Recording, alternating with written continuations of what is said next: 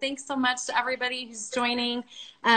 We are here with Nexus at noon, and just a reminder, we're doing this every Tuesday and Thursday, just spending 10 minutes with someone in a leadership role that can give us some good thinking and inspiration as we sit here in whatever week it is of a global pandemic. But I had asked Ed to join us because I think that he can provide such great perspective for how our teens and high schoolers are dealing with this time. And so before we just jump into questions, Ed, why don't you tell people a little bit about yourself, what you do, and about your family a little bit, just so that people who haven't met you yet can get to know you a little bit.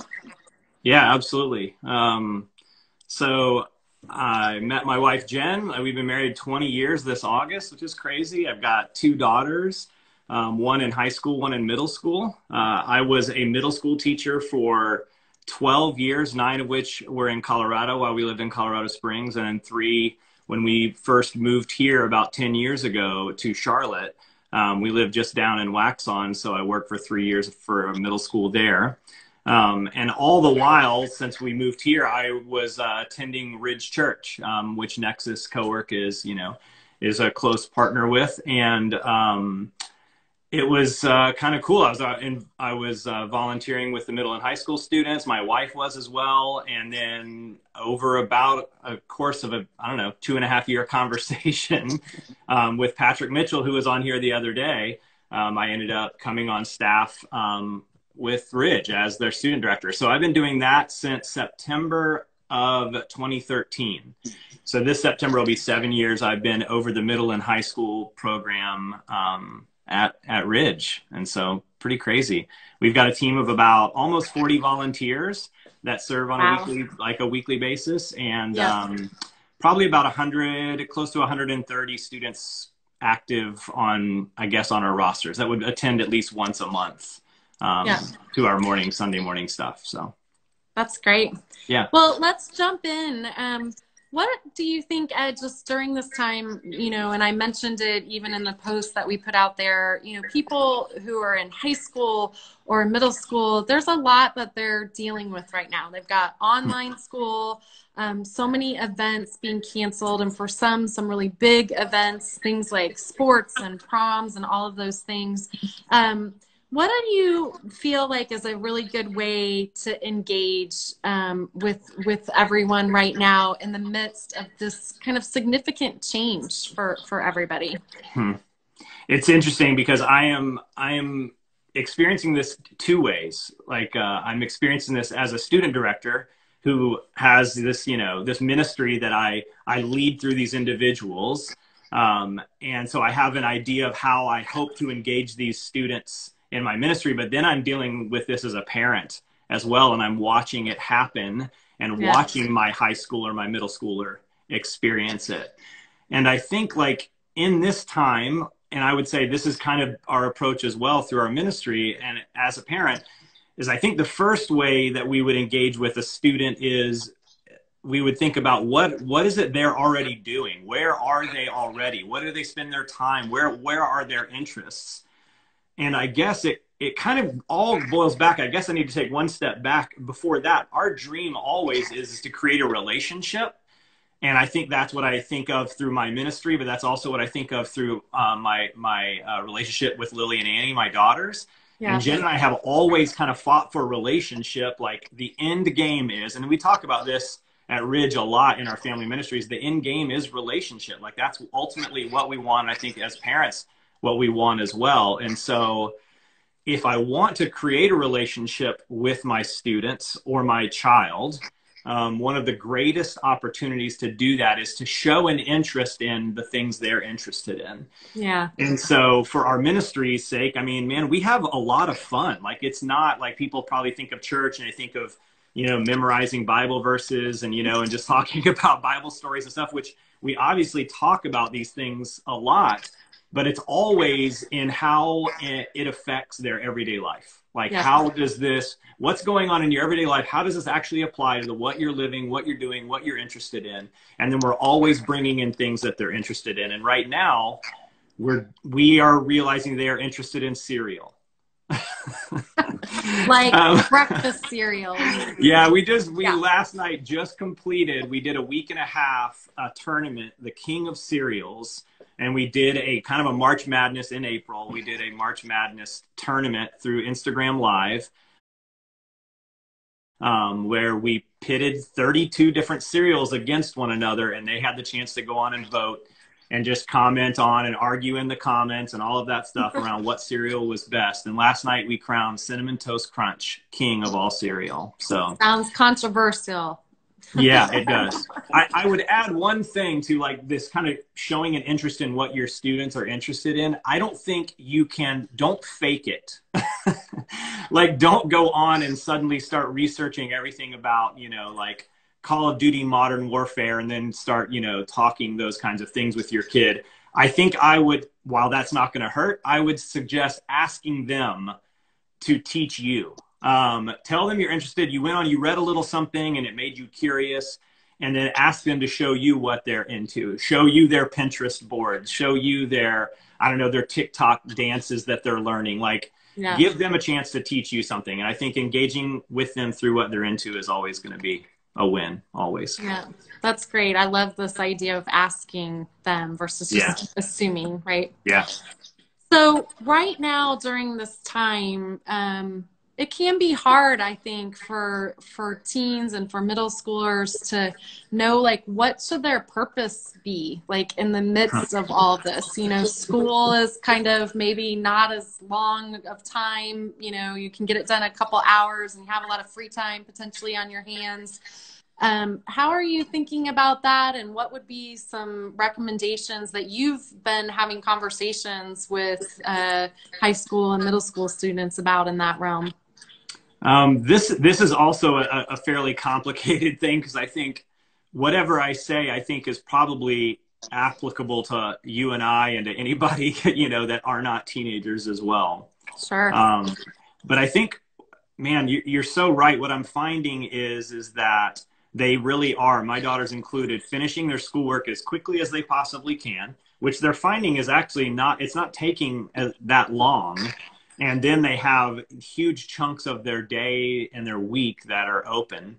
And so in our ministry, we are always deeply focused on, if we're trying to be like Jesus, we're a Christian church. And so we're trying to help people like understand Jesus and become like him. And that means living a life of servanthood. And by that, I mean, how can we leverage our gifts, our interests, passions, our time? How can we leverage our lives and the things that we're good at for other people's benefit? Like, so that is kind of what really we are trying to boil. I mean, it's kind of the birth of Nexus, right? I mean, it's like an outworking of this thing that we hope for people as individuals and we hope to be as an organization.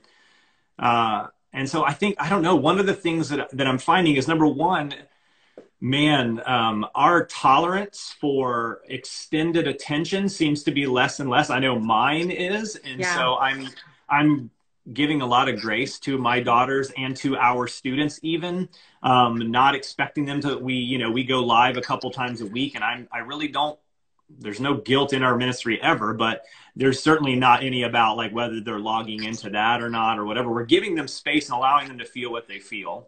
Yeah. But at the same time, we're encouraging them to do two things. This is an amazing time for introspection. Like, what are you feeling and why? And then why are you feeling it? Like, chase those feelings back down to their roots. And what is it that you're missing? What is it that hurts? What is it that's looming that's causing this anxiety? Like, what are you afraid of? Is it just not knowing? So it's a great time to really spend some moments understanding us instead of just drowning it out with binging shows, and scrolling memes and all of those things, which I think we're all apt to do in our own way. We all have our own little coping things that we like to numb our experiences with. But then after that, like, deal with you, figure you out. But then what can you do to plot good for others? So how can you use your time, whether it's actually writing out a letter and mailing it to your friend, or finding out, like, this neighbor that, I don't know, you're noticing their grass is getting a little long while you're out mowing your grass. Just mow, don't ask, just mow their yard too. And just, I don't know, just figuring out ways to use what you have in your time to look around and make the people's lives around your life better. I guess Yeah. that's one of our main things all the time, but certainly during this time, it's helpful, I think. I think that's great. We are running out of time, but I just Yeah. had one last question for Okay. you is, Sure. and you sort of mentioned this at the beginning, but we're all trying to figure out ways to engage and to have conversations, and a lot of that is through exactly what we're doing now. It's in these digital spaces and all of those things. I bet for any of us, whether we're parents or in roles of leadership, like you can feel a bit inadequate. Like, what am I doing everything that I possibly can during this time? And how would you just encourage people in that? Because to your point, I think we have to have a lot of grace for ourselves, but how would you just encourage people in that? I think I would say one of the things that we learned early on, and I don't know, it's why I have so many volunteers, is that I can't be everything for everyone.